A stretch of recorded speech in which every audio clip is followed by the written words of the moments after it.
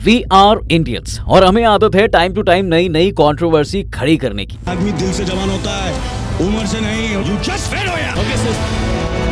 अरे आदत नहीं, इसे तो हमारा कर्तव्य बोलना चाहिए, क्योंकि चाहे वो बॉलीवुड की ऐश्वर्या राय हो या पॉपुलर कथावाचक जया किशोरी, पब्लिक लाइमलाइट में आते ही जनता किसी को भी नहीं बख्शती। खैर, जया किशोरी की कंट्रोवर्सी जरा हटके है, जस्ट लाइक बिना बोले ही विवाद होने जैसा। दरअसल रिसेंटली जया किशोरी एयरपोर्ट पर स्पॉट हुई, वो भी अपने प्यारे से कस्टमाइज बैग के साथ। अब लोगों की नजर इतनी तेज है कि उनके हाथ में वो बैग देखते ही सबने जया किशोरी को ट्रोल करना शुरू कर दिया, साथ ही उन पर कई सवाल भी खड़े कर दिए। जानकारी के लिए बता दूं कि जया के हाथों में कोई मामूली बैग नहीं बल्कि क्रिस्टियन डियोर का महंगा डिजाइनर बैग था। लोग पूछने लगे कि ये खुद हिंदू होकर क्रिस्टियन डियोर का ये लेदर बैग क्यों यूज कर रही हैं? खुद तो कथावाचक होकर लोगों को बड़ा बड़ा धार्मिक ज्ञान देती हैं, मोह अंधा होता है, और खुद 2 लाख रुपए का बैग यूज करती हैं, गुच्ची का शोल ओढ़ती हैं, महंगे डिजाइनर कपड़े पहनती हैं, एयरपोर्ट पर घूमती हैं, जी वैगन में घूमती हैं। बहुत हाई स्टैंडर्ड्स है मेरे तो। लेकिन अगर देखा जाए तो सारा खेल पैसे और धर्म का है, समझ रहे हो?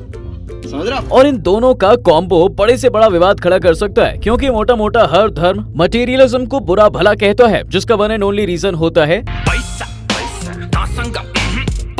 वो कैसे? तो वो ऐसे कि ये धर्मगुरु और कथावाचक दुनिया को तो सांसारिक मोह माया और पैसे के बंधन से छूटने को कहते हैं, लेकिन खुद लाखों करोड़ों रुपए जमा करते हैं, और ऐसा कोई सुख ऐशो आराम नहीं जिसे ये भोगते ना हो। खैर, ये सब तो बातें हैं, और बातों का क्या है, क्योंकि लोगों को रिलीजन की इंपॉर्टेंस समझाने के लिए जरूरी है पैसा, इसलिए तो इसे चलाने के लिए मंदिर, मस्जिद या फिर हो चर्च, इन सबको अमीर लोगों से मोटा दान मिलता है, और जो हम जैसे मैंगो पीपल इनके दान पात्र में डालते हैं, सो अलग। खैर, ये सिस्टम अभी से नहीं है, बल्कि बहुत पहले से चला आ रहा है, ताकि मंदिर में कामकाज और धर्म के धंधे दोनों को आराम से चलाया जा सके। लेकिन क्या यहाँ से कहा जा सकता है कि रिलीजन को अपनी एग्जिस्टेंस को बचाए रखने के लिए पैसे की कितनी ज्यादा जरूरत है? और ये गलत भी नहीं, क्योंकि इसको लेकर एनवायरमेंट पब्लिक ने खुद ही क्रिएट किया है। आज के लोग ये जरूर एक्सेप्ट करेंगे कि अमीर लोगों को इन कथावाचकों या बाबाओं को ज्यादा पैसा नहीं देना चाहिए, लेकिन ये कभी नहीं समझेंगे कि ये कथावाचक या बाबा सिर्फ अमीरों ने अमीर नहीं बनाए, बल्कि गरीब और अपने जीवन से दुखी जनता ने बनाए हैं। हमने पहले भी देखा है कि कितने ऐसे बाबा लोग, धर्म गुरु और स्पिरिचुअल लीडर्स हैं, जो खुद धर्म के नाम पर भोले भाले लोगों को एक्सप्लॉइट करते हैं और बेशुमार माया भी अर्जित करते हैं। राम रहीम तो इसका एक जीता जागता एग्जाम्पल है। और इन सब बाबाओं को छोड़ो, हाल फिलहाल हमने देखा कि अभिनव अरोड़ा और भागवत जैसे बच्चों ने भी ये बिजनेस शुरू कर दिया, और करे भी क्यों ना। अगर हमें भी बचपन में ही बता दिया होता कि रिलीजन में भी कमाने खाने का बहुत बड़ा स्कोप है, तो आज हमारे घर के बाहर भी 4-5 लग्जरी कार्स खड़ी होती। एनीवेज, अगर इन बाबा लोगों की संपत्ति की बात करें तो पतंजलि के मालिक बाबा रामदेव आज 1100 करोड़ से ज्यादा की संपत्ति के मालिक हैं। वहीं नित्यानंद जैसे ठगबाज भी 100 अरब रुपए से ज्यादा के मालिक हैं। और रही बात तुम्हारे राम रहीम बाबा की, तो वो आदमी 1400 करोड़ की संपत्ति का मालिक है, और वहीं आसाराम की कुल नेटवर्थ 2000 से 4000 करोड़ रुपए के बीच है। अब भैया, इनमें से कौन कितना दूध का धुला है उसका सर्टिफिकेट हमें नहीं देना, लेकिन इन सब की नेटवर्थ देखकर कह सकते हैं कि ये वो कुछ स्मार्ट लोग हैं जो धर्म का इस्तेमाल करके खूब पैसा छाप रहे हैं। और वैसे भी अगर देखा जाए तो इंडिया में सबसे ज्यादा पोटेंशियल अगर किसी बिजनेस में है तो वो धर्म ही है। चलिए इसका एक और एग्जाम्पल ले लेते हैं कि अगर आप बचपन से मैथ्स की पढ़ाई करते हैं और बड़े होकर नामी मैथमेटिशियन बन जाते हैं, तब कोई आप पर इतना ध्यान नहीं देगा। लेकिन वहीं अगर कोई बचपन से ही धर्म के बारे में पढ़ते आए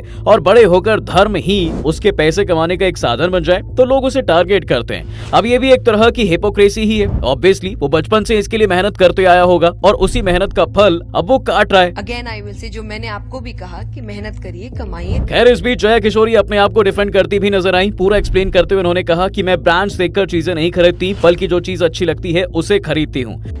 ब्रांड्स, कोई ब्रांड्स देख के यूज नहीं करता। आप कहीं जाते हैं, आपको कुछ पसंद आता है, आप वो खरीदना चाहते हैं। आप अगर आज कई यूथ को देखेंगे, कुछ कहते हैं अरे मुझे वो जूता खरीदना है, मुझे बड़ा पसंद आया था। भैया, वैसे सोचने वाली बात है, कोई क्यों ही त्यागेगा मोह माया? यही भोगने तो वो दुनिया में आया है। और याद रहे, जो भी साधु संत सभी सांसारिक सुख त्यागने की बात करते हैं, वो या तो खुद बेवकूफ होते हैं या फिर अपनी जनता को मूर्ख बनाने का काम कर रहे हैं। अब हर कोई गांधी थोड़ी ही हो सकता है कि समाज सुधार के लिए अपने कपड़े ही त्याग दे। अब हम में से ही कई लोग धर्म और कर्मों का बहुत ज्ञान देते हैं, लेकिन खुद कभी उन बातों पर अमल नहीं करते। इसलिए हिपोक्रेट सिर्फ ये बाबा लोग नहीं, हम सब भी हैं। भैया, ये दुनिया गोल है जिसमें बातें भी गोलमोल की जाती हैं। और आज की हमारी इस वीडियो का कंक्लूजन यही निकलता है कि पहले तो हम लोग ही इन बाबा, धर्म गुरुओं और कथावाचकों को अमीर बनाते हैं, और फिर बाद में उनके डिजाइनर बैग देखकर चलते हैं, क्योंकि खुद तो हम वो खरीदने की सोच भी नहीं सकते। खैर, कहीं आप भी इन ट्रोलर्स में से एक तो नहीं? अगर हैं तो छोड़ें ये ट्रोलिंग व्रोलिंग और कोई अच्छा सा आश्रम या गुरुकुल ज्वाइन कर लें, ताकि 10 से 15 साल आप भी बाबा बनकर ये लग्जरी आइटम्स अफोर्ड कर पाएं। वरना ना तो इस लोक में कुछ मिलेगा और ना ही परलोक में। खैर, आप इसके बारे में क्या सोचते हैं नीचे कमेंट्स में जरूर बताइए और ऐसे सभी इंटरेस्टिंग और दिमाग हिला देने वाली वीडियोस के लिए देखते रहिए फैक्टिफाइड। आपका बहुत बहुत धन्यवाद।